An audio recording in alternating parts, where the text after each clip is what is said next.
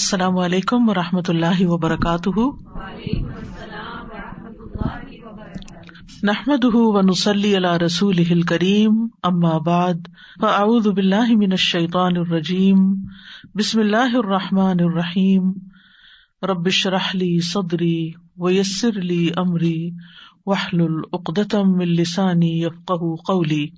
وَإِذَا سَأَلَكَ عِبَادِي عَنِّي فَإِنِّي قَرِيبٌ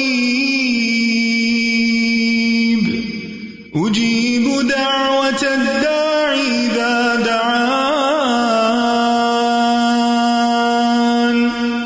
فَلْيَسْتَجِيبُوا لِي وَلْيُؤْمِنُوا بِي لَعَلَّهُمْ يَرْشُدُونَ۔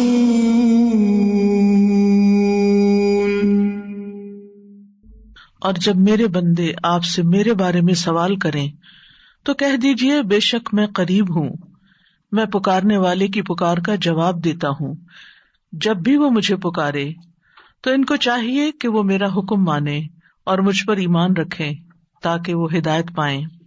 رسول اللہ صلی اللہ علیہ وسلم سے بعض صحابہ کرام نے عرض کیا، کیا ہمارا رب قریب ہے کہ ہم اس سے سرگوشی کے انداز میں مناجات کریں، یا وہ ہم سے دور ہے کہ ہم اسے پکاریں، یعنی بلند آواز سے پکاریں؟ اس سوال کے جواب میں یہ آیت نازل ہوئی، وَإِذَا سَأَلَكَ عِبَادِي عَنِّي فَإِنِّي قَرِيبٌ، اور جب تجھ سے میرے بندے میرے بارے میں پوچھیں تو آپ ان کو بتا دیں کہ میں قریب ہوں۔ اس آیت میں اللہ سبحانہ تعالیٰ نے عبادی کہہ کر اپنے بندوں پر خاص رحمت ظاہر کی ہے، اور پھر اپنے قریب ہونے کا ذکر کر کے دعا کرنے کی ترغیب دی ہے۔ یعنی اللہ سبحانہ تعالیٰ ہمیں اپنے بندے کہہ کے پکار رہا ہے، میرے بندے، ہم سب اسی کے بندے ہیں۔ اور پھر یہ بھی بتا دیا کہ انی قریب، میں قریب ہوں، دور نہیں ہوں تم سے، تم جب چاہو مجھے پکار سکتے ہو۔ ابو موسیٰ اشعری کہتے ہیں کہ ایک سفر میں ہم رسول اللہ صلی اللہ علیہ وسلم کے ساتھ تھے۔ جب ہم کسی وادی میں اترتے تو لا الہ الا اللہ اور اللہ اکبر کہتے اور ہماری آوازیں بلند ہو جاتی، تو نبی صلی اللہ علیہ وسلم نے فرمایا، اے لوگو اپنی جانوں پر رحم کرو، کیونکہ تم کسی بہرے یا غائب کو نہیں پکار رہے، وہ تو تمہارے ساتھ ہی ہے، بے شک وہ سننے والا اور تم سے بہت قریب ہے، اس کا نام برکتوں والا ہے اور اس کی عظمت بہت ہی بڑی ہے۔ تو اللہ سبحانہ تعالیٰ قریب ہے، اس کو ہم چاہیں تو دل ہی دل میں پکاریں، سرگوشیوں کے انداز میں پکاریں یا اونچی آواز میں پکاریں، وہ ہر حال میں سنتا ہے، اور جب وہ سنتا ہے تو جواب بھی دیتا ہے اور ہماری دعائیں قبول بھی کرتا ہے۔ اس لیے ہمیں اس کو قریب محسوس کر کے اس سے دعائیں کرتے رہنا چاہیے۔ تو وہ دعا کی قبولیت کے اعتبار سے قریب ہے، دعا کو سننے کے لحاظ سے قریب ہے، اپنے علم کے اعتبار سے سب لوگوں کے قریب ہے، اور خاص طور پر عبادت کرنے والوں اور پکارنے والوں کے قریب ہے۔ یعنی اس کا قرب دو طرح کا ہے، ایک عام قرب ہے جو سب کے لیے ہے، اور ایک خاص قرب ہے جو اس کے خاص بندوں کے لیے ہے، اور وہ خاص بندے جو عبادت گزار ہیں، جو اس کا ذکر کرتے ہیں، جو اس کے شکر کرنے والے ہیں۔ تو اللہ سبحانہ تعالیٰ ان کی دعاؤں کو قبول کرتا ہے، ان کی مدد کرتا ہے، اور انہیں نیک کاموں کی توفیق عطا کرتا ہے۔ یہاں پر آپ دیکھ رہے ہیں کہ فَإِنِّي قریب کہہ کے بندے اور رب کے درمیان کوئی فاصلہ نہیں رکھا گیا اس اعتبار سے کہ کوئی اور واسطہ ہو۔ یہاں اللہ سبحانہ تعالیٰ نے جواب کو قل یا فقل کہہ کے نہیں فرمایا، جیسا کہ دوسری آیات میں آتا ہے۔ جتنے بھی سوال صحابہ کرام نے رسول اللہ صلی اللہ علیہ وسلم سے کیے تو ان کے جواب میں اللہ تعالیٰ نے فرمایا قل، آپ انہیں بتا دیجئے، لیکن یہاں پر قل بھی نہیں آیا، ڈائریکٹ فإنی قریب، اذا سألک عبادی انی فإنی قریب، یعنی بیچ میں کوئی واسطہ نہیں لایا گیا۔ تو اس سے یہ پتہ چلتا ہے کہ ہمارے اور ہمارے رب کے بیچ میں کسی اور واسطے اور کسی اور وسیلے کی ضرورت نہیں۔ اور جب اللہ تعالیٰ نے یا عبادی کہہ دیا تو اس میں سارے بندے شامل ہو جاتے ہیں، چاہے وہ نیک ہوں یا بد ہوں، بڑے ہوں یا چھوٹے ہوں، گناہگار ہوں یا بہت پرہیزگار ہوں، کوئی بھی ہو، جو بھی اپنے رب کو پکارتا ہے رب اس کی پکار کو سنتا ہے اور وہ قریب ہے۔ لہٰذا جب ہمارا رب قریب ہے اور مجیب ہے، جیسا کہ آپ جانتے ہیں پروگرام کا نام بھی قریب مجیب اسی لیے رکھا گیا کہ ہمارا اگر اپنے رب سے تعارف ہو جاتا ہے، ہم اپنے رب کو پہچان جاتے ہیں کہ ہم کس کو پکار رہے ہیں اور وہ کہاں ہے، تو جتنا جتنا ہمارا یہ یقین ہوگا کہ وہ ہمارے قریب ہے اور وہ سنتا ہے اور جواب دیتا ہے، اتنی ہی زیادہ محبت اور توجہ کے ساتھ، اخلاص کے ساتھ ہم دعا کریں گے انشاءاللہ۔ اور پھر آپ دیکھیے کہ اللہ تعالیٰ ہماری دعاؤں کو ضائع نہیں کرتا۔ اجیب دعوت الداعی اذا دعانی، مطلب یہ ہے کہ جو بھی مجھ سے مانگتا ہے وہ کچھ پا کے ہی لوٹتا ہے، وہ نامراد نہیں ہوتا۔ جیسے زکریا علیہ السلام نے کہا تھا کہ وَلَمْ أَكُنْ بِدُعَائِكَ رَبِّ شَقِيًّا، کہ اے رب تجھے پکار کر تو میں کبھی بدبخت ہوا ہی نہیں، کبھی مایوس ہوا ہی نہیں، کبھی محروم ہوا ہی نہیں، جب بھی تجھے پکارا تجھ سے کچھ پا ہی لیا۔ تو اس لیے ہر دعا کرنے والے کو یہ یقین ہونا چاہیے کہ ہماری دعا ضرور سنی جائے گی، کیونکہ شیطان انسان کے دل میں یہ وسوسہ ڈالتا ہے کہ تمہاری دعا قبول نہیں ہوگی۔ نہیں بھائی، ہر ایک کی دعا قبول ہوتی ہے اگر وہ صحیح معنوں میں اپنے رب کو پکارتا ہے، وہ دعاؤں کو سنتا ہے اور جواب بھی دیتا ہے۔ ضرورت اس بات کی ہے کہ ہم اپنے دل کو حاضر کر کے اللہ سے مانگیں، اخلاص کے ساتھ مانگیں، اور قبولیت کے جو اوقات ہیں یا جو علامات ہیں ان کو سامنے رکھتے ہوئے مانگیں۔ اور پھر ساتھ یہ بھی کہا گیا فَلْيَسْتَجِيبُوا لِي وَلْيُؤْمِنُوا بِي لَعَلَّهُمْ يَرْشُدُونَ، کہ انہیں چاہیے کہ وہ بھی میری بات مانیں، یعنی اگر یہ چاہتے ہیں کہ میں ان کی دعائیں قبول کروں تو پھر انہیں بھی چاہیے جب میں انہیں پکارتا ہوں، ایک تو یہ ہے نا کہ ہم اللہ تعالیٰ کو پکارتے ہیں، اور ایک اللہ تعالیٰ بھی ہمیں پکارتے ہیں، یعنی اللہ سبحانہ تعالیٰ کب پکارتے ہیں؟ ہر اذان میں پکار آتی ہے حی علی الصلاح حی علی الفلاح، تو پھر ہم کیا کرتے ہیں؟ کیا واقعی ہم صلاح کی طرف جاتے ہیں یا نہیں؟ اسی طرح قرآن مجید میں بہت دفعہ یا ایھا الذین آمنوا کہہ کے ہمیں پکارا گیا ہے، اے لوگو جو ایمان لائے ہو، یا ایھا الناس کہہ کے تمام انسانوں کو پکارا گیا ہے۔ تو کیا ہم انسان بھی اپنے رب کی پکار کو سنتے ہیں؟ کیا ہم بھی جواب دیتے ہیں؟ کیا ہم بھی اس کی طرف بڑھتے ہیں؟ اور پھر یہ کہ وَلْيُؤْمِنُوا بِي، چاہیے کہ وہ مجھ پر ایمان لائیں، چاہیے کہ وہ میری بات مانیں، لَعَلَّهُمْ يَرْشُدُونَ، شاید کہ وہ سیدھی راہ پا جائیں۔ رسول اللہ صلی اللہ علیہ وسلم نے فرمایا تم میں سے ہر ایک کی دعا قبول کی جاتی ہے جب تک کہ کوئی گناہ یا قطع رحمی کی دعا نہ کرے، بشرطے کہ جلدی بھی نہ کرے۔ پوچھا گیا یا رسول اللہ وہ جلدی کیا ہے؟ فرمایا یہ کہ کوئی یوں کہے کہ میں نے دعا کی اور میں نے دعا کی، یعنی دوبارہ کہ میں نے تو کئی بار دعا کی، بہت دعا کی، میری تو دعا قبول نہیں ہوتی، اور اس طرح وہ تھک ہار کر دعا کرنا چھوڑ دے۔ ایسا نہ کرے بلکہ دعا کرتا رہے، کیونکہ اس کی قبولیت کے مختلف طریقے ہیں۔ تو اللہ سبحانہ تعالی ہم سے قریب ہے۔ ایک اور آیت میں آتا ہے سورۃ ہود کی، وَإِلَىٰ ثَمُودَ أَخَاهُمْ صَالِحًا قَالَ يَا قَوْمِ اعْبُدُوا اللَّهَ مَا لَكُم مِّنْ إِلَٰهٍ غَيْرُهُ هُوَ أَنشَأَكُم مِّنَ الْأَرْضِ وَاسْتَعْمَرَكُم فِيهَا فَاسْتَغْفِرُوهُ ثُمَّ تُوبُوا إِلَيْهِ إِنَّ رَبِّي قَرِيبٌ مُّجِيبٌ۔ اور سمود کی طرف ان کے بھائی صالح کو بھیجا، اس نے کہا اے میری قوم، اللہ کی عبادت کرو، اس کے سوا تمہارا کوئی معبود نہیں، اسی نے تمہیں زمین سے پیدا کیا اور تمہیں اس میں آباد کیا، سو اس سے بخشش مانگو، پھر اس کی طرف پلٹ آؤ، یقیناً میرا رب قریب ہے، قبول کرنے والا ہے۔ ان ربی قریب مجیب۔ یہاں قوم سمود کی بات کی جا رہی ہے۔ یہ لوگ مدائن کے علاقے میں رہتے تھے جو تبوک اور مدینہ منورہ کے درمیان واقع تھا۔ صالح علیہ السلام نے اپنی قوم کو ایک طرف اللہ سبحانہ تعالیٰ کی عبادت کی دعوت دی، توحید کی دعوت دی کہ صرف وہی تمہارا معبود ہے جس نے تمہیں پیدا کیا، جس نے تمہیں زمین میں آباد کیا، لہٰذا تم شرک سے اجتناب کرو، صرف اللہ کی طرف رجوع کرو۔ کیوں؟ اس لیے کہ وہ بہت قریب ہے، اپنے بندوں کی دعائیں سنتا ہے۔ تو آپ دیکھیے، جو آپ کے قریب ہو اور جو آپ کی بات بھی سنتا ہو، تو کیا آپ نہیں چاہیں گے کہ آپ اس کے قریب ہو؟ یہاں پر آپ دیکھیے کہ دعا کرنے سے پہلے دو چیزوں کی بات ہے، استغفار اور توبہ کی، کہ اس سے استغفار کرو اور توبہ کرو تو تمہاری دعائیں قبول ہوں گی۔ توبہ کا مطلب یہ ہے کہ گناہوں سے کنارہ کشی اختیار کرو اور اس بات کا پکا وعدہ کرو کہ آئندہ گناہ نہیں کرو گے، اور استغفار کا مطلب ہوتا ہے بخشش طلب کرنا کہ اللہ ہمیں معاف کر دے، ہمارے گناہوں پہ پردہ ڈال دے۔ اور توبہ اور استغفار دونوں ہم معنی بھی ہیں۔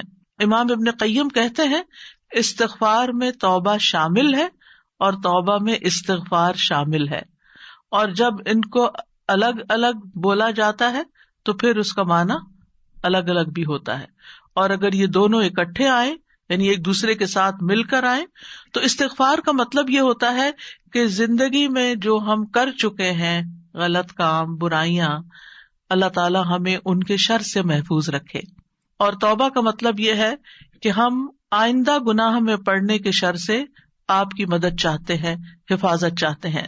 اور توبہ اس پختہ ارادہ کو بھی کہتے ہیں کہ دوبارہ گناہ نہیں کریں گے، آئندہ یہ نہیں کریں گے۔ تو ان ربی قریب مجیب، میرا رب یقیناً قریب ہے، مجیب ہے، اور یہاں قریب قرب سے شفقت اور اکرام کے معنوں میں، یعنی رب بہت شفیق اور مہربان ہے، بہت کریم ہے، اور اس کا اپوزٹ ہوتا ہے بعید، دور، اور بہت کا لفظ سختی کے لیے بولا جاتا ہے کہ وہ جو شفیق نہ ہو، سخت ہو، کرخت ہو، اور پھر یہ کہ کچھ نہ دے، تو ایسا نہیں ہے ہمارا رب۔ ہمارا رب قریب ہے، مہربان ہے، اور اس کے ساتھ ساتھ یہ کہ وہ اپنے بندوں کا اکرام کرتا ہے اور انہیں سیدھے رستے پر چلاتا ہے، ان کی رہنمائی کرتا ہے، ان کی ضروریات پوری کرتا ہے، ان کی حفاظت کرتا ہے، ان کو مدد دیتا ہے، ان کی مشکلات دور کرتا ہے۔ لہٰذا ہمیں اپنے رب کو قریب پاتے ہوئے، اور قربت کا ایک احساس ہوتا ہے۔ قریب ہونے کا مطلب یہ نہیں کہ اللہ سبحانہ تعالیٰ کسی نعوذ باللہ فزیکل فارم میں ہمارے ساتھ بیٹھے ہوئے ہیں یا ہمارے دل میں بیٹھے ہوئے ہیں، یہ مطلب نہیں ہے قریب کا۔ قربت ایک احساس کا نام ہے۔ آپ نے دیکھا ہوگا بہت سے لوگ دور ہوتے ہوئے آپ کے دل کے قریب ہوتے ہیں، اور کئی لوگ آپ کے ساتھ رہتے ہوئے، آپ کے ساتھ بیٹھے ہوئے، آپ کے ساتھ زندگی گزارتے ہوئے بھی آپ سے دور ہوتے ہیں۔ تو اللہ سبحانہ تعالی کا قرب محسوس کرنے کی چیز ہے، اس طرح کہ وہ سنتا ہے۔ اللہ سبحانہ تعالیٰ سنتا ہے، السمیع ہے، اللہ تعالیٰ دیکھتا ہے، البصیر ہے، اللطیف ہے، الخبیر ہے، وہ ہمارے دلوں کے راز بھی جانتا ہے۔ تو اس سے بڑھ کے قریب کون ہوگا جو شہرک سے بھی زیادہ قریب ہے، اور جو ہمارے دل میں خیال اٹھ کر جو ہمارے دماغ تک جاتا ہے اس سے پہلے کہ دماغ تک جائے وہ بیچ میں حائل ہوتا ہے، اور وہ جان لیتا ہے کہ بندہ کیا سوچ رہا ہے۔ نہ صرف یہ کہ وہ یہ جانتا ہے کہ اس وقت کیا کر رہے ہیں ہم، وہ یہ بھی جانتا ہے ہم پاسٹ میں کیا کر چکے ہیں، اور وہ یہ بھی جانتا ہے کہ ہم فیوچر میں کیا کچھ کرنے والے ہیں۔ کوئی اور ہے ایسا جو اتنا زیادہ ہمیں جانتا ہو؟ کیا وہ ہماری ضروریات کو نہیں جانتا ہوگا؟ کیا وہ ہمارے دکھ کو نہیں جانتا؟ کیا وہ ہماری پریشانیوں کو نہیں جانتا؟ کیا وہ ہماری زندگی کے مقاصد کو نہیں جانتا؟ کیا وہ ہماری کوششوں کو نہیں جانتا؟ کیا وہ ہماری عبادتوں کو نہیں جانتا؟ وہ خوب جانتا ہے، وہ سب کچھ جانتا ہے۔ تو جو جانتا ہے اس سے مانگے بنسبت اس کے کہ جو جانتا بھی نہیں ہے، اور ہم اس سے توقعات لگا کے بیٹھے رہے کہ یہ ہمارے لیے کچھ کریں گے۔ عام طور پر ہم جب کسی مشکل کا شکار ہوتے ہیں تو پھر بندوں کی طرف دیکھتے ہیں، نہیں، جو اپنے رب کو قریب پاتے ہیں وہ اپنے رب ہی کی طرف دیکھتے ہیں اور رب ہی کی طرف پلٹ پلٹ کر جاتے ہیں۔ اور تابہ یتوبو کا مطلب پلٹ پلٹ کر جانا بھی ہے، کہ واپس پلٹتے ہیں کہ اللہ تعالیٰ اگر ہماری کسی بات سے آپ ناراض ہو گئے ہیں یا ہم سے خفا ہیں تو ہم تیری ہی طرف پلٹتے ہیں۔ اعوذ بک منک، تجھ سے ڈر کے پھر تیرے ہی پاس پناہ لیتے ہیں، اپنے گناہوں کے شر سے بچنے کے لیے، اپنی سیئات سے بچنے کے لیے۔ تو اس لیے تھرو آؤٹ جو ہمارا انشاءاللہ پروگرام ہوگا اس میں آپ یہ دو لفظ بس پکے کر لیں، وہ قریب ہے، وہ مجیب ہے، وہ بہت قریب ہے، اور وہ جواب بھی دیتا ہے، وہ دعائیں قبول بھی کرتا ہے۔ اس لیے اس رمضان میں خوب خوب دعائیں کرنی ہے، اور ویسے بھی آپ دیکھیں کہ دعا افضل ترین عبادت ہے۔ الدعاء مخ العبادہ، عبادت کا جوہر ہے، عبادت کی ٹاپ پر ہے۔ تو رمضان کا مہینہ عبادت کے لیے، لہٰذا اس عبادت میں دعاؤں کا ایک خاص حصہ ہونا چاہیے۔ دعا ہے کیا؟ دعا کا لفظ عربی زبان میں دال عین واو سے مل کر بنا ہے. دعا یدعو دعاءً و دعوتاً، یہ دو مصدر ہیں اس سے. اور دعا کا لفظی معنی ہوتا ہے کسی کو آواز اور کلام کے ساتھ مائل کرنا، پکارنا، یعنی آواز بھی دینا، اس سے بات بھی کرنا اور اس کو اپنی طرف متوجہ کرنا. ایک ہوتا کسی سے بات کرنا لیکن اس میں مقصد یہ نہیں ہوتا کہ میری طرف متوجہ ہو. مثلا میں آپ سے بات کر رہی ہوں اس وقت، تو مجھے آپ سے یہ ایکسپیکٹیشن نہیں کہ آپ میری طرف متوجہ ہو کہ میری کوئی مدد کریں. لیکن دعا میں جب انسان پکارتا ہے تو اس کا مطلب ہوتا ہے کہ دوسرا متوجہ ہو اور جس مقصد کے لیے اس کو پکارا جا رہا ہے وہ مقصد بھی پورا ہو جائے. عربی میں کہتے ہیں دعوت اللہ، میں نے اللہ کو پکارا، یعنی میں نے سوال کرتے ہوئے، اللہ تعالی کی طرف عاجزی کرتے ہوئے، جو خیر ہے اس کے پاس اس میں رغبت رکھی اور اس رغبت کو طلب کرنے کے لیے اس کو پکارا، یعنی اس رغبت کے ساتھ اس کو پکارا. قرآن مجید میں دعا کا لفظ مختلف معنوں میں استعمال ہوا ہے. نمبر 1، دعا بمعنی ندا، آواز دینے کے معنوں میں. دعا کا مطلب کیا؟ آواز دینا. جیسے سورۃ آل عمران میں آتا ہے فَقُلْ تَعَالَوْا نَدْعُ أَبْنَاءَنَا وَأَبْنَاءَكُمْ وَنِسَاءَنَا وَنِسَاءَكُمْ وَأَنفُسَنَا وَأَنفُسَكُمْ. تو آپ کہہ دیجئے کہ آؤ ہم اپنے اور تمہارے بیٹوں کو اور اپنی اور تمہاری عورتوں کو بلا لیں، پکار لیں، یعنی تم بھی ان کو بلا لو، ہم بھی بلا لیتے. تو بلانے کے معنوں میں استعمال ہوتا ہے. تو عربی زبان میں دعا اور ندا یہ دو لفظ مترادف بھی ہیں، ایک دوسرے سے ملتے جلتے ہیں، سینونیمز ہیں، ایک جگہ پر اکٹھے بھی استعمال ہوئے ہیں. الا دعاء و نداء، کہ پکار اور آواز کے سوا کچھ نہیں سنتا. پھر اسی طرح دعا بمعنی طلب کرنا، کسی چیز کی ڈیمانڈ کرنا. قرآن مجید میں آتا ہے وَلَا تَزِرُ وَازِرَةٌ وِزْرَ أُخْرَىٰ وَإِن تَدْعُ مُثْقَلَةٌ إِلَىٰ حِمْلِهَا لَا يُحْمَلْ مِنْهُ شَيْءٌ وَلَوْ كَانَ ذَا قُرْبَىٰ. اور کوئی بھی بوجھ اٹھانے والا کسی دوسرے کے گناہوں کا بوجھ نہ اٹھائے گا. یہ کب کی بات ہے؟ قیامت کے دن. اور کوئی بوجھ سے لدا ہوا شخص اپنا بوجھ اٹھانے کے لیے کسی کو بلائے گا، اس کو پکارے گا، وَإِن تَدْعُ، تو وہ اس میں سے کچھ بھی نہیں اٹھا سکے گا، کوئی مدد نہیں کرے گا قیامت کے دن، اگرچہ وہ قریبی رشتہ دار ہی کیوں نہ ہو. تو کسی کو مدد کے لیے بلانا، آؤ میرا سامان اٹھاؤ، میرا بوجھ اٹھاؤ، اس کے لیے بھی لفظ دعا جس میں ایک طلب پائی جاتی ہے استعمال ہوتا ہے. اسی طرح دعا کا لفظ بمعنی قول، بات کے بھی استعمال ہوتا ہے. قرآن مجید میں آتا ہے فما کان دعواہم اذ جاءہم بأسنا الا ان قالوا انا كنا ظالمین. جب ان کے پاس ہمارا عذاب آیا تو ان کا قول اس کے سوا کچھ نہ تھا کہ وہ کہنے لگے بے شک ہم ہی ظالم تھے. تو یہاں پر قول یا بات کے معنوں میں آیا ہے. پھر اسی طرح دعا کا لفظ عبادت کے معنوں میں بھی آتا ہے.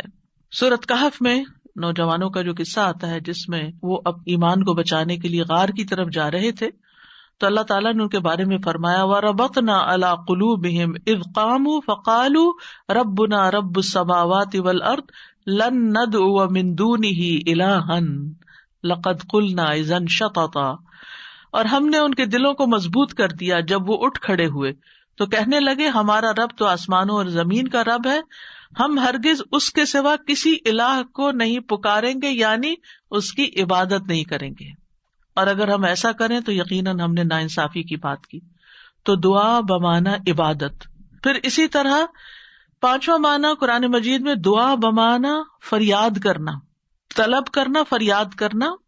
اور اس میں وَإِن كُنتُمْ فِي رَيْبٍ مِّمَّا نَزَّلْنَا عَلَىٰ عَبْدِنَا فَأْتُوا بِسُورَةٍ مِّن مِّثْلِهِ وَادْعُوا شُهَدَاءَكُمْ. اگر تمہیں اس قرآن میں شک ہے جو ہم نے اپنے بندے پر نازل فرمایا تو اسی طرح کی ایک سورت تم بھی بنا لاؤ اور اللہ کے سوا اپنے گواہوں مددگاروں کو بھی بلا لو. فریاد کرو کہ وہ آئے اور تمہاری مدد کریں، یعنی مدد کے لیے پکارنا، یہ معنی ہے. پھر اسی طرح دعا بمعنی کسی چیز کی ترغیب دینا، یعنی کسی چیز کی طرف دعوت دینا. نوح علیہ السلام نے اپنی قوم کو پکارا تھا قال رب انی دعوت قومی لیلا ونہارا. اس نے کہا ہے میرے رب بے شک میں نے اپنی قوم کو رات اور دن پکارا، ان کو دعوت دیتا رہا دین کی طرف، اپنے رب کی طرف. اور اس میں معنی عبادت کا بھی ہے کہ اللہ کی عبادت کرو تو عبادت کی دعوت میں ان کو دیتا رہا. پھر اسی طرح دعا بمعنی منسوب کرنا، نسبت دینا. ادعوہم لآبائہم، ان بچوں کو ان کے حقیقی باپوں کی نسبت سے پکارو، یعنی ادعوہم کا مطلب ہے کہ ان کو اپنے باپوں کی طرف ہی منسوب کرو، جن کے وہ بچے ہیں باپ کا نام نہیں بدلو۔ اور 8واں معنی ہے سوال کرنا، دعا بمعنی سوال، جیسے بنی اسرائیل نے موسیٰ علیہ السلام سے کہا قالوا ادع لنا ربک یبین لنا ما ہی، انہوں نے کہا تم اپنے رب سے ہمارے لیے دعا کرو۔ تو یہ جو دعا ہے یہ بمعنی سوال ہے، یعنی مانگو کہ وہ ہمارے لیے بیان کر دے کہ وہ گائے کس طرح کی ہو۔ تو قرآن مجید میں یہ دعا کا لفظ مختلف معنوں میں استعمال ہوا ہے، لیکن دعا کا عمومی شرعی معنی کیا ہے؟ اللہ کی بارگاہ میں عاجزی کے ساتھ سوال کرنا اور اللہ کے پاس جو خیر ہے اس میں راغب ہونا، رغبت رکھنا۔ اللہ کی بارگاہ میں اللہ کے حضور عاجزی کے ساتھ سوال کرنا، چیخ چلا کے نہیں بلکہ بہت ہمبل طریقے سے، اور جو خیر اللہ کے پاس ہے اس میں رغبت رکھنا، اس کا شوق رکھنا۔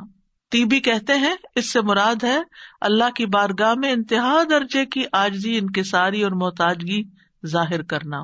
جیسے موسیٰ علیہ السلام نے دعا کیا کی تھی، رب انی لما انزلت الی من خیر فقیر، اپنے فقر، اپنی محتاجی، اپنی ضرورت کا اظہار کیا تھا، انی لما انزلت الی من خیر فقیر۔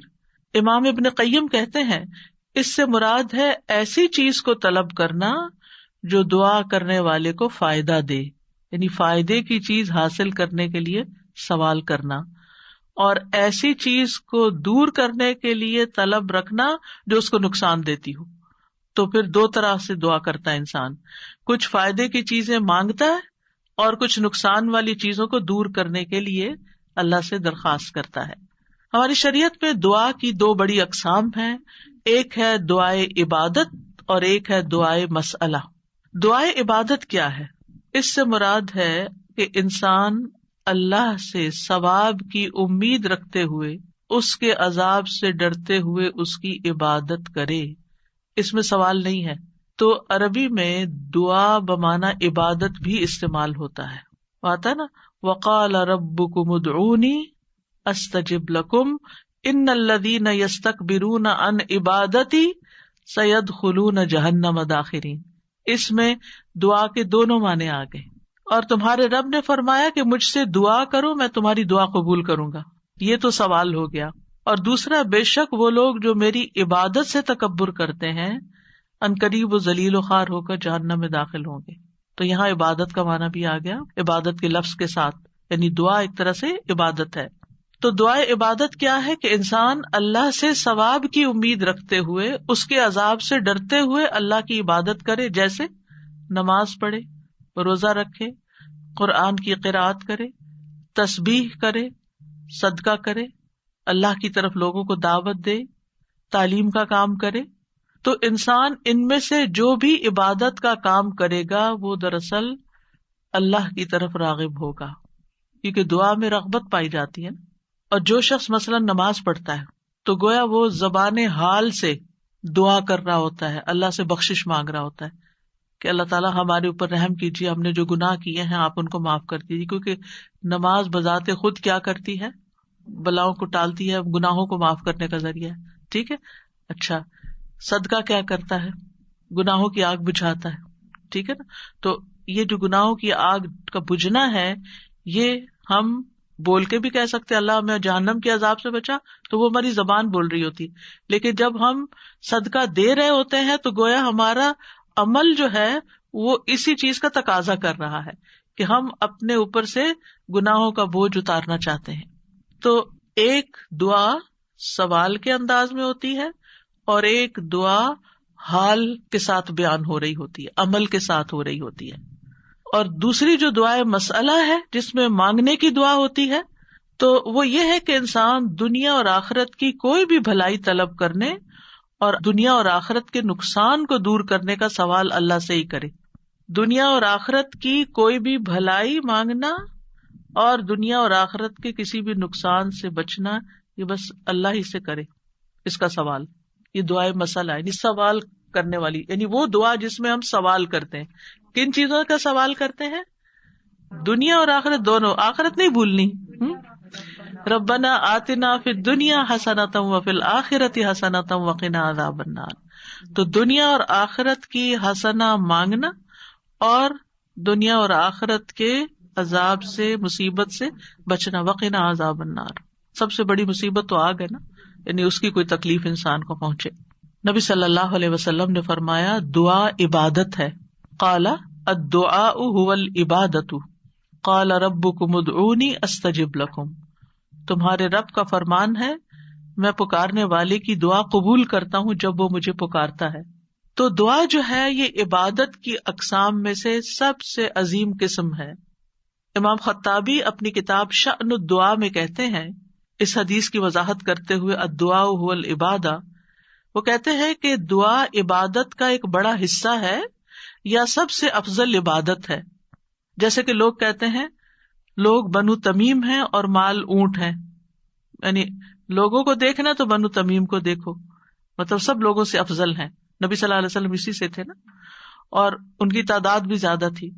اور اسی طرح عربوں کے ہاں مال کی سب سے بڑی قسم اونٹ ہوا کرتے تھے.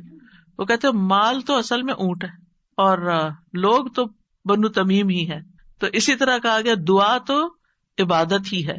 الدعاء هو العبادہ، دعا ہی عبادت ہے. الحج عرفہ، اس کا یہ مطلب ہے کہ صرف عرفہ میں جاؤ، یہ نہیں. مطلب یہ ہے کہ جتنے بھی ارکان آپ حج کی ادا کرتے ہیں ان میں سے عرفہ کے دن کا قیام اگر کسی نے پا لیا تو اس کا حج ہو گیا، اور وہ سب سے بڑا دن ہے جس میں بخشش ہوتی ہے. تو یہ عربوں کے کہنے کا ایک انداز بھی ہے نا، اور مراد اس سے کیا ہے کہ دعا سب سے افضل عبادت ہے اور ساری اطاعتوں اور ساری بندگیوں کا مغز ہے کہ انسان اپنی ہر پریشانی اور ہر ضرورت میں اللہ کی طرف متوجہ ہو جائے. یہ ہے اصل مقصد. اگر کسی مشکل میں پڑ گیا ہے تو اس مشکل کے دور ہونے کے لیے بس اللہ ہی کی طرف رجوع کرے اور اسی کا انتظار کرے کہ وہی کاٹے گا. لوگوں سے توقعات ہٹا لے. اس کا یہ مطلب نہیں کہ ہم لوگوں سے ہیلپ لے نہیں سکتے، آپ لوگوں سے ہیلپ لے سکتے ہیں، آپ ان کو بتا سکتے ہیں کہ آپ کس مشکل میں اور اس کا حل کیا ہے، لیکن ان سے توقع نہ رکھے کہ یہ میری مشکل حل کر دیں گے. مثلاً آپ کو کوئی پرابلم ہوئی ہے، آپ کسی سے مشورہ کرنا چاہتے ہیں، آپ کسی سے کاؤنسلنگ لینا چاہتے ہیں، آپ ضرور لیں، لیکن یہ توقع نہ رکھیں کہ یہ آپ کا مسئلہ حل کر دے گا یا بس یہی آپ کے لیے سب کچھ ہو گیا. اس کو اللہ سبحانہ وتعالیٰ سے آگے نہ رکھیں. کہتے ہیں نا ہمت مردہ مدد خدا. ہمت آپ نے کرنی ہے، کوشش آپ نے کرنی، مدد اللہ نے کرنی ہے. دعا کی بھی ہمت ہوتی ہے اور دعا کے لیے بھی ایک ایفرٹ لگانی پڑتی ہے اور اس کے لیے یکسو ہونا پڑتا ہے. خصوصاً آپ دیکھیں کہ جب کسی بڑی پریشانی کے نتیجے میں انسان کے ہوش اڑ جاتے ہیں، اوسان خطا ہو جاتے ہیں، اس کو کچھ سمجھ نہیں آتی، تو ایسی صورت میں انسان اپنے خیالات کو مجتمع کر کے، فوکس کر کے، پوری توجہ کے ساتھ اللہ کی طرف جب متوجہ ہوتا ہے تو یہ ہے اصل میں دعا کی روح. اور نہ صرف یہ کہ بڑی مشکلات میں بلکہ چھوٹی چھوٹی ضروریات میں بھی اللہ کی طرف رغبت کرنی چاہیے. دعا کی ضرورت کیوں ہے ہماری زندگی میں؟ کیونکہ ہم اللہ کے محتاج ہیں. بادشاہ وہی ہے، ہم فقیر ہیں. یا ایھا الناس انتم الفقراء الی اللہ، اے لوگو تم سب اللہ کے محتاج ہو. کوئی بھی انڈیپینڈنٹ نہیں، کوئی بھی یہ نہیں کہہ سکتا کہ میں اپنے سب کام خود ہی کر سکتا ہوں. واللہ هو الغنی الحمید، اور اللہ سب سے بے پرواہ ہے اور تعریف کے لائق ہے. بندوں میں سے کوئی بھی بے پرواہ نہیں ہو سکتا، ہم سب محتاج ہیں. دوسری بات، اللہ سارے خزانوں کا مالک ہے. وَإِن مِّن شَيْءٍ إِلَّا عِندَنَا خَزَائِنُهُ، کوئی چیز ایسی نہیں، وَإِن مِّن شَيْءٍ إِلَّا عِندَنَا خَزَائِنُهُ، کہ جس کے خزانے ہمارے پاس نہ ہوں. آپ کوئی چیز آرڈر کرنا چاہتے ہیں تو پتہ چلتا ہے وہ تو ہے ہی نہیں، ختم ہو گئی، اسٹاک ختم، آؤٹ آف اسٹاک. بڑی سے بڑی کمپنی، بڑے سے بڑے ریسورسز رکھنے والے انسانوں سے جب آپ مانگتے ہیں تو آپ دیکھیں کیا ہوتا ہے کہ انسان بعض اوقات وہ اوپر جا کے اتنی نیچے گرتے ہیں کہ پائی پائی کے محتاج ہو جاتے ہیں. ایسی مثالیں آپ نے بھی دیکھی ہوں گی، سنی بھی ہوں گی کہ کہاں ان کے پاس بہت کچھ تھا اور کہاں وہ زیرو پہ آ گئے. اللہ تعالیٰ ایسا نہیں ہے، ہمیشہ سے ہے اس کے پاس اور ہمیشہ رہے گا.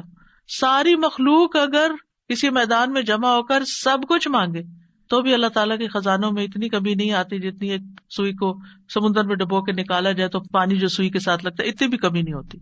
وہ جتنا چاہے خرچ کرتا رہے, جتنا چاہے وہ بندوں کو دیتا رہے, پھر بھی اس کے ہاتھ بھرے رہتے ہیں, ان میں کوئی کمی نہیں ہوتی. ایک اور آیت میں آتا ہے سورۃ المنافقون میں, وَلِلَّهِ خَزَائِنُ السَّمَاوَاتِ وَالْأَرْضِ, آسمانوں اور زمین کے خزانے اللہ کے پاس ہیں. پھر کیا کرنا چاہیے؟ اس کے پاس جانا چاہیے جس کے پاس کوئی خزانہ نہیں ہے, اس کے پاس جو سارے خزانوں کا مالک. مشکل یہ ہے کہ ہمارے مانگنے میں کمی ہوتی ہے, دیر ہوتی ہے. وہ سب کچھ دے سکتا ہے, سب کچھ ہے اس کے پاس, یو نیم اٹ. آپ گھر جا کے بیٹھے غور کریں نماز کے بعد, کسی اور خاموشی تنہائی کے وقت, مجھے کیا چاہیے, مجھے کیا مسئلہ ہے, مجھے کیا پرابلم ہے, میری کیا پریشانی ہے, کیا اللہ کے پاس اس کا حل ہے؟ یقیناً ہے, وہ کر سکتا ہے, بالکل کر سکتا ہے. پر مجھے کیا کرنا چاہیے؟ اسی سے مانگنا چاہیے, اس سے گڑ گڑا کے مانگنا چاہیے, اس سے اپنی محتاجی اور اپنی بیچارگی کا اظہار کر کے مانگنا چاہیے. امن یجیب المضطر اذا دعاہ ویکشف السوء, اللہ تعالیٰ آپ سے پوچھتے ہیں کون ہے جو بے قرار کی, مضطر, بے قرار, بے چین انسان کی بات سنتا, اس کو جواب دیتا. امن یجیب المضطر اذا دعاہ, جب بھی وہ اس کو پکارتا ہے. ویکشف السوء, اور وہ تکلیف کو دور بھی کرتا ہے. ایسا نہیں کہ وہ صرف سن رہا ہے, اس نے وہ تکلیف دور بھی کر دینی ہے. اور آپ کہیں گے بس اتنی سی بات تھی, میں اس کو اتنا پہاڑ بنائے ہوئی تھی, اپنی زندگی کا بہت بڑا مسئلہ بنائے ہوئی تھی, اور اللہ تعالیٰ کے لیے بس اتنی سی بات تھی. میرے مانگنے میں کمی تھی, اس کے پاس نہیں کمی. ہماری دعا میں کمی ہے, ہمارے اخلاص میں کمی ہے, اس کے دینے میں کمی نہیں ہے. اس طرح پکارا کریں نا کہ اللہ تعالیٰ آپ تو دے کر کسی کمی کا شکار نہیں ہوتے, لیکن میری کمی پوری ہو جائے گی. پھر آپ دیکھیں ہر بھلائی دینے اور ہر تکلیف دور کرنے پہ قادر ہے. سورۃ الانعام میں آتا ہے وَإِن يَمْسَسْكَ اللَّهُ بِضُرٍّ فَلَا كَاشِفَ لَهُ إِلَّا هُوَ وَإِن يَمْسَسْكَ بِخَيْرٍ فَهُوَ عَلَى كُلِّ شَيْءٍ قَدِيرٌ. اگر اللہ تجھے کوئی تکلیف پہنچائے تو اس کے سوا کوئی دور کرنے والا نہیں, اور اگر وہ تجھے کوئی بھلائی پہنچائے تو وہ ہر چیز پر پوری طرح قادر ہے.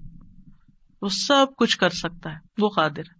نہ آپ کی کوئی خیر اور بھلائی کو لے جا سکتا ہے, کیونکہ عام طور پہ ہم وہم کا شکار رہتے ہیں کہ اگر میری اس نعمت کا کسی کو پتہ چل گیا تو پھر کیا ہوگا, شاید وہ نظر ہی لگ جائے اور نعمت چھین ہی جائے.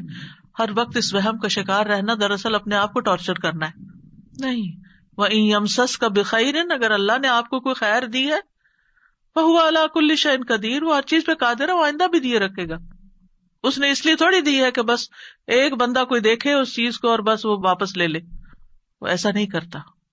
ایک روایت میں آتا ہے کہ ایک شخص نے رسول اللہ صلی اللہ علیہ وسلم سے پوچھا, اے اللہ کے رسول, آپ کن چیزوں کی دعوت دیتے ہیں, یعنی آپ کی دعوت کیا ہے, آپ کیا بتاتے ہیں لوگوں کو, آپ کیا سکھاتے ہیں؟ آپ نے فرمایا, میں اس اللہ کی طرف دعوت دیتا ہوں جو اکیلا ہے, وہ اللہ کہ جب تم پر کوئی مصیبت آتی ہے اور تم اسے پکارتے ہو تو وہ تم سے تمہاری مصیبت دور کر دیتا ہے. یہ ہے اللہ کا تعارف.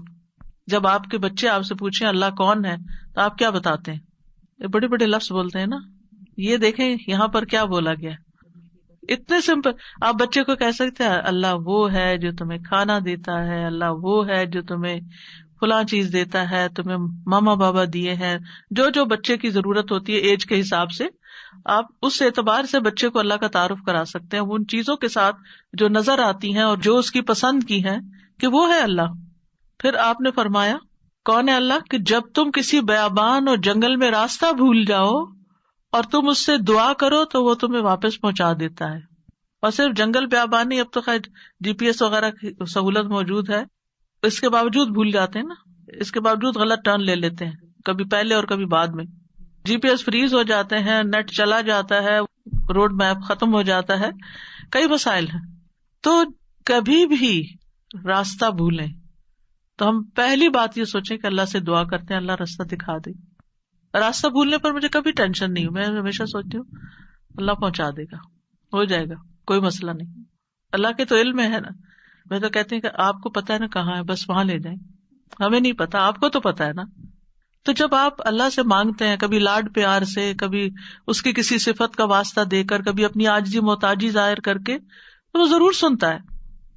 پھر فرمایا وہ ذات کہ جب تم قحط سالی میں مبتلا ہوتے ہو اور تم اس سے دعا کرتے ہو تو وہ تم پر پیداوار ظاہر کر دیتا ہے، یعنی تمہاری پیداوار اگا دیتا ہے زمین سے. یہ ہے اللہ، یہ اللہ کا تعارف. پھر آپ دیکھیے کہ ہم کیوں اللہ سے مانگیں؟ کیونکہ زمین و آسمان کی ساری مخلوق اللہ ہی سے مانگتی ہے، تو ہم کیوں نہ مانگیں؟ آپ غور کیجئے ذرا اس بات پر. یسألہ من فی السماوات والارض کل یوم ھو فی شأن، اسی سے مانگتا ہے جو کوئی آسمانوں اور زمین میں ہے، ہر دن وہ ایک نئی شان میں ہے. اسی سے مانگ رہا ہے ہر کوئی جو آسمانوں اور زمین میں ہے. ہر کوئی کون کون ہے آسمانوں اور زمین میں؟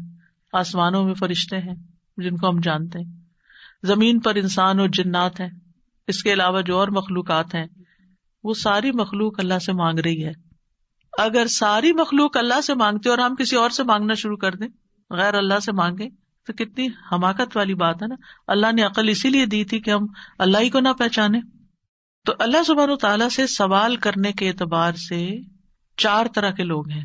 امام ابن تیمیہ کہتے ہیں پس تمام آسمانوں اور زمین کے لوگ اللہ سے سوال کرتے ہیں تو ان کے 4 درجات بن جاتے ہیں. پہلی قسم، کچھ وہ لوگ ہوتے ہیں جو نہ ہی اللہ کی عبادت کرتے ہیں نہ ہی اس سے مدد طلب کرتے ہیں، حالانکہ اللہ نے ان کو پیدا کیا، ان کو رزق دیا، ان کو عافیت دی. تو یہ کون ہے؟ نہ اللہ کی عبادت نہ ہی اس سے دعا، کچھ بھی نہیں، کوئی تعلق نہیں. دوسری قسم کے وہ لوگ ہوتے ہیں جو اللہ سے مدد طلب کرتے ہیں تو وہ ان کی مدد کر دیتا ہے، لیکن وہ اللہ کی عبادت نہیں کرتے. ہاں جب کوئی مسئلہ پیش آتا ہے تو پھر کیا کرتے ہیں؟ پھر دعا کر لیتے ہیں. ایسے لوگ آپ نے دیکھے ہوں گے، نماز نہیں، روزہ نہیں، صدقہ خیرات کچھ نہیں، ہاں کوئی مشکل پیش آئے تو پھر اللہ سے دعا کرتے ہیں. تیسری قسم کے کچھ وہ لوگ ہوتے ہیں جو اللہ کی عبادت اور اطاعت طلب کرتے ہیں، لیکن نہ ہی اس سے مدد مانگتے نہ اس پہ توکل کرتے. نماز روزہ کر لیں گے، دعا نہیں کرتے، کہتے ہیں اللہ کو پتہ ہی ہے نا کیا چاہیے، اب مانگنا کس لیے؟ نہیں، اللہ تعالیٰ خود فرماتے وقال ربکم ادعونی، تمہارا رب کہتا ہے مجھ سے دعا کرو، تو کیوں نہ دعا کریں؟ ہمیں دعا کرنی ہے. چوتھی قسم کے وہ لوگ ہوتے ہیں جو اللہ کی عبادت بھی کرتے ہیں اور اس سے دعا بھی کرتے ہیں، اس سے مدد بھی طلب کرتے ہیں. تو اللہ تعالیٰ اپنی عبادت اور اطاعت پر ان کی مدد کرتا ہے، جیسے ہم کہتے ہیں رب اعنی علی ذکرک و شکرک و حسن عبادتک، تو اللہ تعالیٰ مدد بھی فرماتا ہے. اب ہم اپنے آپ کو دیکھیں کہ ہم کون سی کیٹیگری میں فال کرتے ہیں، ہم کہاں ہیں؟ کیا ہم ان لوگوں میں ہیں جو عبادت بھی کرتے ہیں اور دعا بھی کرتے ہیں؟ تو یہ ٹاپ کلاس کے لوگ ہیں، اور باقی اللہ تعالیٰ کے حق میں کمی کوتاہی کرتے ہیں. تو ہمیں دعا کرتے رہنا چاہیے، اللہ تعالیٰ کو پکارتے رہنا چاہیے، ہر ضرورت میں، ہر مقصد میں، ہر پریشانی میں، ہر دکھ میں، ہر بیماری میں، ہر موقع پر، ہر چیز کے لیے، چھوٹی سے چھوٹی چیز کے لیے، بڑی سے بڑی چیز کے لیے اللہ ہی سے مانگنا چاہیے. کیونکہ وہ دے کر احسان نہیں جتاتا، وہ دے کر شرمندہ نہیں کرتا، وہ دے کر ہم سے واپس نہیں مانگتا، وہ بغیر شرط کے دیتا ہے، غیر مشروط دیتا ہے. وَإِذَا سَأَلَكَ عِبَادِي عَنِّي فَإِنِّي قَرِيبٌ أُجِيبُ دَعْوَةَ الدَّاعِ إِذَا دَعَانِ فَلْيَسْتَجِيبُوا لِي وَلْيُؤْمِنُوا بِي لَعَلَّهُمْ يَرْشُدُونَ. وَإِذَا سَأَلَكَ عِبَادِي عَنِّي فَإِنِّي قَرِيبٌ أُجِيبُ دَعْوَةَ الدَّاعِ إِذَا دَعَانِ فَلْيَسْتَجِيبُوا لِي وَلْيُؤْمِنُوا بِي لَعَلَّهُمْ يَرْشُدُونَ. تو ہمیں مانگتے رہنا چاہیے کیونکہ وہ قریب ہے، وہ مجیب ہے. اللہ سبحانہ وتعالیٰ اپنے بندوں کو خود فرماتا ہے کہ اللہ سے اس کے فضل کا سوال کرو، یہ اللہ کا حکم ہے. سورۃ النساء میں آتا ہے وَاسْأَلُوا اللَّهَ مِن فَضْلِهِ، اور اللہ سے اس کے فضل کو مانگو کہ اللہ اپنا فضل فرما. فضل کیا ہوتا ہے؟ جو ہم ڈیزرو نہیں کرتے، نہ اپنی عبادت کی وجہ سے، نہ کسی محنت کی وجہ سے، نہ کسی قابلیت کی وجہ سے، نہ کسی ہنر کی وجہ سے. ہم ڈیزرو نہیں کرتے، لیکن آپ دے سکتے. ہم پھر بھی آپ سے مانگتے ہیں، چاہے ہم اس قابل نہیں لیکن پھر بھی آپ سے مانگتے، آپ ہمیں عطا کیجیے. اور اللہ تعالیٰ کو یہ بات پسند ہے کہ بندے اس سے مانگیں، کیونکہ بندے کو جب کسی چیز کی ضرورت ہوتی ہے نا اور وہ اس کو اللہ تعالیٰ سے مانگتا ہے تو وہ اللہ تعالیٰ کے ساتھ کنیکٹ ہو جاتا ہے، اللہ تعالیٰ کو یاد کرتا ہے، اس کے سامنے اپنی حالت کا اظہار کرتا ہے، اپنا دکھ، اپنا شکوہ، اپنا غم، اپنا رنج، اپنی پریشانی اس کو سناتا ہے، جو سن کر آگے نشر نہیں کرتا۔ جب ہم بندوں کے سامنے اپنی کسی پریشانی کا ذکر کر دیتے ہیں تو بعض اوقات کیا کرتے ہیں، وہ آگے بیان کر دیتے ہیں اور یوں آپ کے راز کھل جاتے ہیں، آپ کا مرتبہ اور مقام لوگوں کی نگاہ میں گر جاتا ہے۔ کچھ لوگ آپ سے حسد کرنے لگتے ہیں، کچھ لوگ آپ کی تکلیف پہ خوش ہوتے ہیں۔ تو اس لیے ہمیں اللہ سبحانہ تعالیٰ کے سامنے ہی اپنے رنج اور دکھ کی فریاد رکھنی چاہیے۔ اللہ تعالیٰ اپنے بندوں کو ہر چیز کو اسی سے مانگنے کا حکم دیتا ہے۔ اب ہر چیز میں کیا ہے؟ صحیح مسلم کی روایت ہے، ابو ذر غفاری رضی اللہ عنہ کہتے ہیں کہ نبی صلی اللہ علیہ وسلم اپنے رب تبارک و تعالیٰ سے روایت کرتے ہیں کہ بے شک اللہ تعالیٰ فرماتا ہے، اے میرے بندو تم سب گمراہ ہو سوائے اس کے جسے میں ہدایت دوں، پس تم مجھ سے ہدایت مانگو میں تمہیں ہدایت دوں گا۔ نمبر 1 دعا کیا ہونی چاہیے؟ ہدایت کی۔ دن کی ہر رکعت میں ہم اہدنا الصراط المستقیم مانگتے ہیں۔ ہر کام میں ہمیں گائیڈنس چاہیے، ہمیں کلیرٹی چاہیے، چاہے دین کا کام ہو چاہے دنیا کا کام، ہر چیز میں ہمیں صحیح راستہ، صحیح اسٹریٹجیز اختیار کرنے کی ضرورت ہوتی ہے، تب وہ کام ہو پاتا ہے، اور اس طرح ساری کنفیوژن بھی دور ہو جاتی، ساری پریشانی بھی دور ہو جاتی کہ میں نے اللہ سے دعا کر لی، اللہ تعالیٰ آپ مجھے صحیح طریقہ بتا دے، مجھے اس کام کو کیسے لے کے چلنا ہے۔ تو ہر موڑ پر، ہر کام میں ہمیں ہدایت کی ضرورت ہوتی ہے۔ تو اہدنا الصراط المستقیم۔ پھر فرمایا، اے میرے بندو تم سب بھوکے ہو سوائے اس کے جسے میں کھلاؤں، تو تم مجھ سے کھانا مانگو میں تمہیں کھانا کھلاؤں گا۔ سبحان اللہ، سب سے بڑی ضرورت ہدایت کے بعد انسان کی کیا ہے؟ کھانا، جو اس کو دن میں کئی بار کھانا پڑتا ہے، اور انسان سب سے زیادہ پریشان بھی اس کے لیے ہوتا ہے، اور مال کا سب سے بڑا حصہ بھی اسی پہ خرچ ہوتا ہے۔ یعنی دن میں اگر آپ دیکھیں تو آپ ہر روز اپنا لباس نہیں خریدتے، ہر روز آپ اپنی ٹوائلٹریز نہیں خریدتے، ہر روز اپنی اور چیزیں نہیں خریدتے، برتن نہیں خریدتے، کٹلری، جیولری، یہ سب روز تھوڑی خریدا جاتا ہے۔ لیکن کھانا تو ڈیلی چاہیے، کھانا تو ڈیلی کنزیوم کرنا ہے، تو اس سے مانگو۔ اور خاص طور پر اگر کچھ خاص کھانے کو دل چاہتا ہے وہ بھی اس سے مانگو۔ نیوٹریشیس چاہیے، ہولسم چاہیے، صحت مند چاہیے، کیونکہ ساری بیماریاں ہی کھانے سے پیدا ہوتی ہیں۔ یعنی کھانا مانگو، صرف یہ نہیں کہ ہے نہیں، بلکہ اچھا کھانا مانگو تو اللہ تعالیٰ کھلائے گا۔ اے میرے بندو تم سب برہنہ ہو سوائے اس کے جسے میں لباس پہناؤں، تو تم مجھ سے لباس مانگو میں تمہیں لباس پہناؤں گا۔ بعض اوقات انسان کو کوئی خاص چیز پہننے کو دل چاہتا ہے، مانگے اللہ سے، اللہ دے گا۔ اے میرے بندو تم سب دن رات گناہ کرتے ہو اور میں سارے گناہوں کو بخش دیتا ہوں، تم مجھ سے بخشش مانگو میں تمہیں بخش دوں گا۔ کیوں اپنے اوپر بوجھ لیے پھرتے ہو؟ کتنے گناہ کر لیے، بہت لیٹ کر دیا، پتہ نہیں اب میری معافی ہوگی یا نہیں، اب میں کیا کروں؟ وہ معاف کر دے گا، مانگ کر تو دیکھو۔ اے میرے بندو اگر تمہارے اولین و آخرین اور جن و انس ایک صاف چٹیل میدان میں کھڑے ہو کر مجھ سے مانگنے لگیں، اور میں ہر ایک کو جو مجھ سے مانگ رہا ہے وہ سب کچھ دے دوں جو وہ مانگ رہا ہے، تو میرے خزانوں میں کوئی کمی نہیں ہوگی مگر جتنی سمندر میں سوئی ڈال کر نکالنے سے کمی آتی، کچھ کمی نہیں۔ مانگو، اس کا تو کچھ نہیں بگڑتا، اس کا تو کچھ کم نہیں ہوتا۔ نبی صلی اللہ علیہ وسلم نے بھی اللہ سے مانگنے کا حکم دیا ہے۔ عبداللہ بن عباس کہتے ہیں ایک دن وہ رسول اللہ صلی اللہ علیہ وسلم کے پیچھے سوار تھے، تو رسول اللہ صلی اللہ علیہ وسلم نے ان سے فرمایا، اے لڑکے میں تجھے چند کلمات سکھا رہا ہوں، احفظ اللہ یحفظک، تم اللہ کے احکام کی حفاظت کرو اللہ تمہاری حفاظت کرے گا۔ احفظ اللہ تجدہ تجاہک، اللہ کی حفاظت کرو یعنی اللہ تعالیٰ کے احکامات کی، تم اسے اپنے سامنے پاؤ گے، قریب پاؤ گے۔ اذا سألت فاسأل اللہ، جب تمہیں مانگنا ہو اللہ سے مانگو، جب تمہیں مانگنا ہو، کچھ بھی مانگنا ہو۔ وَإِذَا اسْتَعَنْتَ فَاسْتَعِنْ بِاللَّهِ، اور جب مدد چاہیے اللہ سے مدد مانگو، کسی بھی طرح کی مدد، یعنی مدد صرف مالی مدد نہیں ہوتی، یا مدد صرف ان چیزوں کی نہیں ہوتی اوپر جن چیزوں کا ذکر ہوا ہے، مدد تو ہمیں ہر کام میں چاہیے ہوتی۔ ہم کون سی لائن اختیار کریں، کون سا پیشہ اختیار کریں، کون سی جاب لیں، کون سی نہ لیں، کیا کریں کیا نہ کریں، فلان جگہ جانا ہے جائیں یا نہ جائیں، ہر معاملے میں۔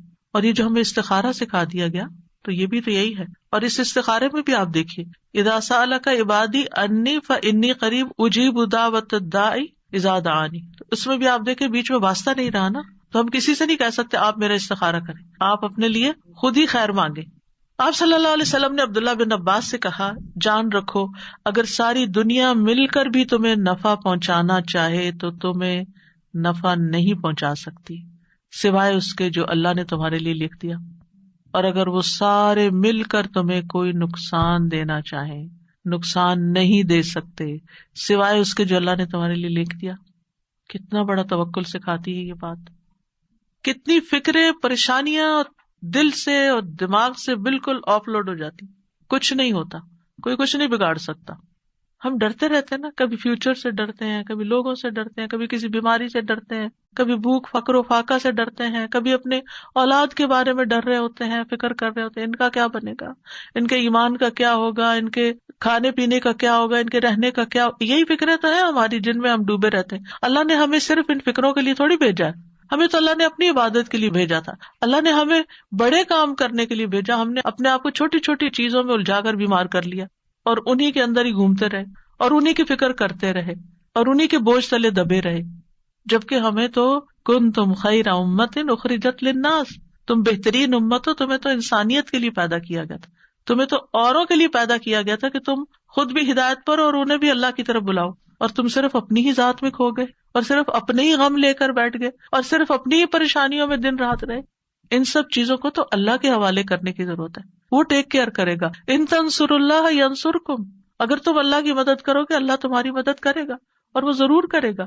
تم اوروں کی فکر کرو اللہ تمہاری کرے گا۔ تو اس لیے ہمارے کرنے کا کام کیا، احفظ اللہ یحفظک، حفاظت چاہیے، تم اللہ تعالیٰ کے احکامات کی حفاظت کرو، جو تمہیں کہا جا رہا ہے وہ پابندی سے کرو، باقی کام اللہ کا ہے۔ اور پھر احفظ اللہ تجدہ تجاہک، جب تم اللہ کے بن جاؤ گے نا تو پھر اللہ کو بہت قریب پاؤ گے۔ پھر آپ دیکھیے کہ اللہ کے نزدیک دعا سے زیادہ کوئی چیز معزز نہیں۔ دعا انسان کو عزت دیتی ہے، جب انسان بندوں کے آگے ہاتھ پھیلاتا ہے تو ذلیل ہوتا ہے، اور جب اللہ سے مانگتا ہے دو ہاتھ اٹھا کے، بندوں کے سامنے تو ہم ایک ہاتھ پھیلاتے ہیں اور اللہ کے سامنے دو ہاتھ پھیلاتے ہیں، اور جب انسان اللہ سے مانگتا ہے تو اللہ اس بندے سے محبت کرتا ہے اور اس بندے کو دیتا ہے، نوازتا ہے اور عزت دیتا ہے، اپنی جناب سے دیتا ہے۔ اور جب بندوں سے مانگتے ہیں تو وہ کبھی دیتے ہیں کبھی نہیں دیتے، اور کبھی دے کے اذیت بھی دیتے ہیں، اور پھر احسان جتاتے ہیں، دکھ دیتے ہیں، ذلیل کرتے ہیں، بعض اوقات آپ کی انا کو مجروح کر دیتے ہیں، آپ کی عزت کو مجروح کر دیتے ہیں، آپ کو بعض اوقات بدنام کر دیتے ہیں۔ تو اللہ کے نزدیک دعا سے زیادہ کوئی چیز معزز نہیں۔ لیس شیء اکرم علی اللہ من الدعاء، پھر یہ کہ اللہ تعالیٰ دعائیں سنتا ہے۔ وَلَقَدْ نَادَانَا نُوحٌ فَلَنِعْمَ الْمُجِيبُونَ، یقیناً نوح نے ہمیں پکارا تو ہم بہت اچھے قبول کرنے والے ہیں۔ ہم نے ان کی سنی، ہمیں کیوں بتایا جا رہا ہے؟ تاکہ تم بھی پکارو، تمہاری بھی سنی جائے گی۔ ابراہیم علیہ السلام نے کیا کہا تھا، ان ربی لسمیع الدعاء، میرا رب تو یقیناً دعا سننے والا ہے، وہ تو ضرور سنتا ہے۔ اور پھر خاص طور پر جو مضطر ہو، بے چین ہو، بے قرار ہو، لاچار ہو، امن یجیب المضطر اذا دعاہ ویکشف السوء، یہ لاچار کون ہوتا ہے؟ ابن عباس کہتے ہیں اس سے مراد وہ شخص ہے جس کی ایسی ضرورت ہو جو اس کو مشقت میں ڈال دے، یعنی مصیبت میں پڑ جائے انسان، چاہے اندر قلبی روحانی طور پر، چاہے مالی طور پر، چاہے صحت، یعنی کسی بھی اعتبار سے جو چیز اس کو مشکل میں ڈال دے، مشقت میں، یہ لاچاری ہوتی ہے۔ یہ کہتے ہیں ڈپینڈنسی جیسے ہو جاتی ہے دوسروں پر۔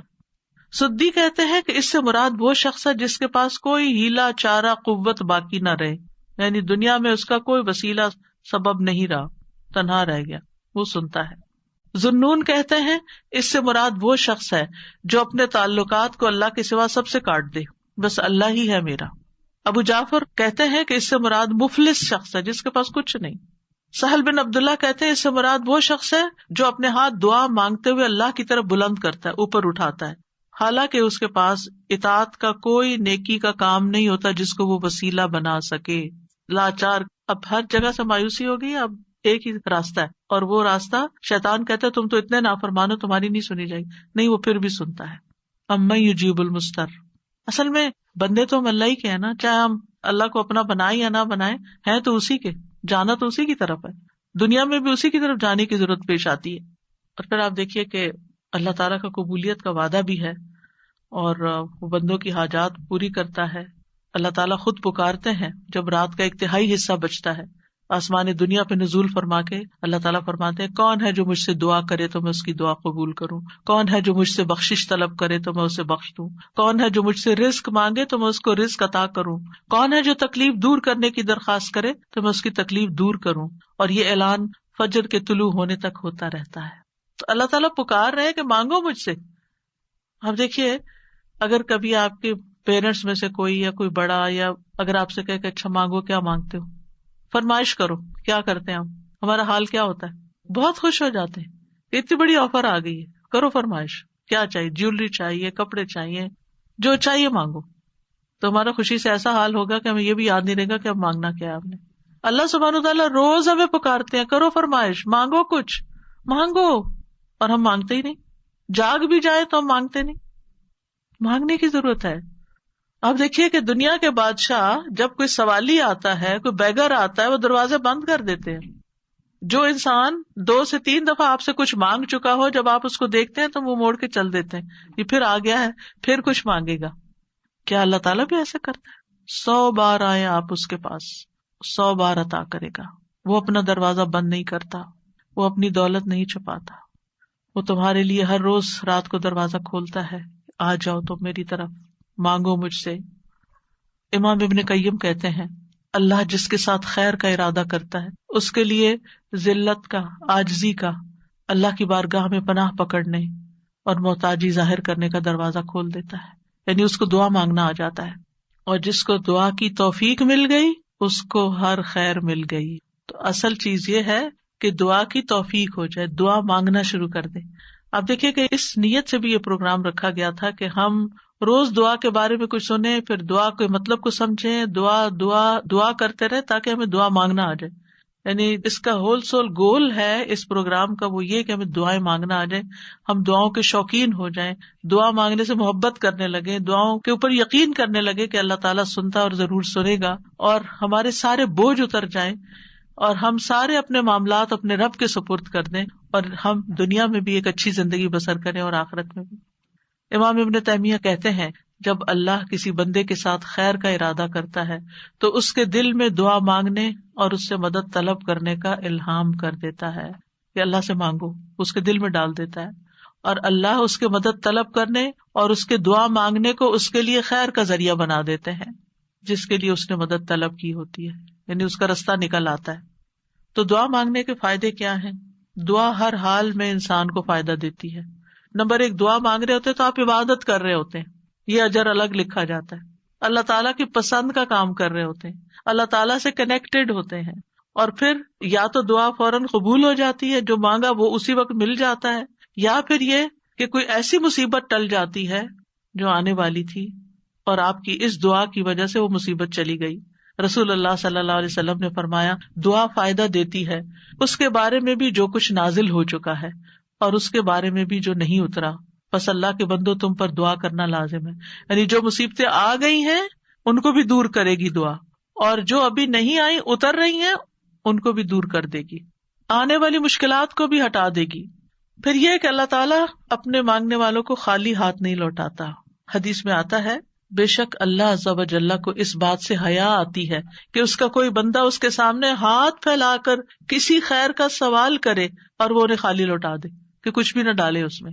ایسا نہیں ہوتا. انس رضی اللہ عنہ کہتے ہیں رسول اللہ صلی اللہ علیہ وسلم نے فرمایا بے شک اللہ بڑا رحیم ہے، بڑے کرم والا ہے، اس کو اس بات سے شرم آتی ہے کہ اس کا کوئی بندہ اس کے آگے اپنے دونوں ہاتھ پھیلائے اور وہ ان دونوں میں کوئی خیر نہ ڈالے. وہ ایسا نہیں کرتا. جو مسلمان بھی اپنی حاجت اللہ کے آگے رکھ دیتا ہے اللہ تعالیٰ اسے ضرور نوازتا ہے، ضرور دیتا ہے. رسول اللہ صلی اللہ علیہ وسلم نے فرمایا جو مسلمان اپنا چہرہ اللہ کے سامنے گاڑ کر، یعنی پورے فوکسڈ طریقے سے توجہ کے ساتھ کسی چیز کا سوال کرتا ہے وہ اس کو وہ چیز ضرور عطا کرتا ہے، خواہ جلدی عطا کرے یا ذخیرہ کر کے رکھ لے اس کے لیے اگلی دنیا میں عطا کرے، لیکن ملتا ضرور ہے. اور پھر آپ دیکھیے اس آیت میں اللہ تعالیٰ نے کوئی شرط نہیں رکھی، یعنی جو مانگو گے میں دوں گا، یہ نہیں کہا تم یہ کر کے آنا پھر میں دوں گا. بعد میں کہا کہ ٹھیک ہے تم بھی میری بات مانا کرو، ریکمینڈیڈ ہے یہ بات، لیکن شرط نہیں ہے کہ تم نے مانی تو پھر ہی میں بھی تمہاری مانوں گا. اور پھر آپ دیکھیے کہ یہ ہمارا فرض بنتا ہے کہ ہم اپنی دعاؤں میں اخلاص پیدا کریں. ورنہ اللہ تعالیٰ تو ہر ایک کو نیک بد گناہگار حتیٰ کہ ابلیس کی بھی دعا قبول کر لیتا ہے. دعا کے سبب تقدیر بدل جاتی ہے. حدیث میں آتا ہے قضاء کو صرف دعا ہی بدل سکتی ہے اور نیکی کے علاوہ کوئی چیز عمر کو نہیں بڑھا سکتی. نیکی کرتے جاؤ انشاءاللہ عمر بھی لمبی ہوگی اور نیکیوں کی مزید توفیق ہوگی. دعا کی وجہ سے آزمائشیں ٹل جاتی ہیں. امام غزالی کہتے ہیں بس جان لے کہ قضاء و قدر میں سے یہ بھی ہے کہ اللہ آزمائشوں کو دعا کے ذریعے ٹال دیتا ہے. چنانچہ دعا آزمائشوں اور بلاؤں کو ٹالنے اور رحمت کے حصول کا سبب ہے، جیسا کہ ڈھال تیروں کو ٹالنے اور واپس لوٹانے کا سبب ہے. یعنی کہ جو شیلڈ ہے اس سے آپ پروٹیکٹڈ ہوتے ہیں. اور جیسے پانی زمین سے نباتات نکالنے کا سبب ہے، یعنی آپ پودا لگاتے ہیں اس میں پانی لگاتے ہیں تو اس میں سے کچھ نکل آتا ہے. جن لوگوں کے گارڈنز ہیں وہ تو یہ تجربہ کرتے ہی ہوں گے کہ جب سمر آتی ہے اور وہ ڈالتے ہیں کچھ تو پھر اس میں سے ننھی منی کونپلیں نکلتی ہیں. لیکن اگر نہیں تو میں آپ سب کو ریکمینڈ کروں گی کہ اللہ الخالق کی تخلیق کو دیکھنے کے لیے گھر میں ہی کوئی مٹی کا پاٹ رکھ لیجئے اور اس میں کوئی بیج ڈال دیجئے اور ان بیجوں کے پھوٹنے اور چھوٹی چھوٹی کونپلیں نکلنے کے عمل کو دیکھیے. آپ کو اللہ پہ اتنا پیار آئے گا، اتنی محبت آئے گی. یہ اللہ کی تخلیق کی نشانیاں ہیں نا، اور اس سے اللہ کی پہچان ہوتی ہے. انسان اللہ کے قریب ہوتا ہے، اللہ کی قدرت نظر آتی ہے. تو اب امام غزالی کہتے ہیں کہ جیسے پانی زمین میں ڈالیں اور بیج سے کچھ نکلے گا، یہ پانی ڈالنا سبب ہے بیج پھوٹنے کا، ایسے ہی دعا سبب ہے خیر ملنے کا. مانگو تاکہ تمہیں ملے. بہت کچھ تو وہ ہمیں بن مانگے بھی دے رہا ہے، ہم نے وہ مانگا بھی نہیں ہوتا جو کچھ وہ ہمیں دیتا ہے، لیکن اس سے زیادہ اگر تم مانگو گے تو پھر والا وہ کیوں نہیں دے گا. اور پھر وہ کہتے ہیں کہ جیسے ڈھال تیر کو لوٹاتی ہے اور دونوں ایک دوسرے کی مدافعت کرتے ہیں، اسی طرح دعا اور آزمائش آپس میں زور آزمائی کرتے ہیں. آزمائش اوپر سے اتر رہی ہوتی ہے اور دعا نیچے سے چڑھتی ہے اور بیچ میں جا کے وہ ان کی لڑائی ہوتی ہے. دعا کہتی ہے واپس چلو، اس بندے پہ نہیں آنا. تو اس لیے بہت ضروری ہے کہ ہم اللہ تعالیٰ سے مانگتے رہیں. اور آپ دیکھیں کتنی دعائیں ایسی ہیں جنہوں نے تاریخ کا رخ پھیر دیا، شر سے خیر کی طرف، بہتر سے بہترین کی طرف.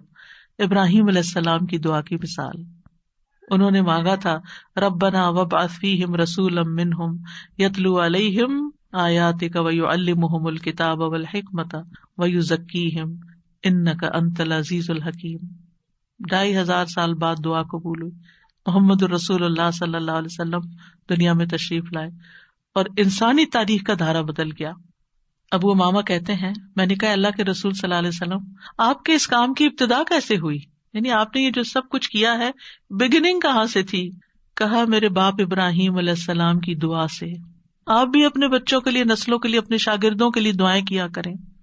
معلوم نہیں ان میں سے کون آپ کی دعا کی وجہ سے کوئی ایسا خیر کا کام کر جائے جو آپ کے لیے بہترین صدقہ جاریہ بن جائے. تو دوسروں کے لیے دعائیں کرنے میں بخل سے کبھی کام نہ لیں. بعض اوقات کچھ کام ہم خود نہیں کر پاتے، نہ اس کے قابل ہوتے ہیں، نہ ہماری اتنی زندگی ہے، نہ اتنی سخت ہمت اور صلاحیت.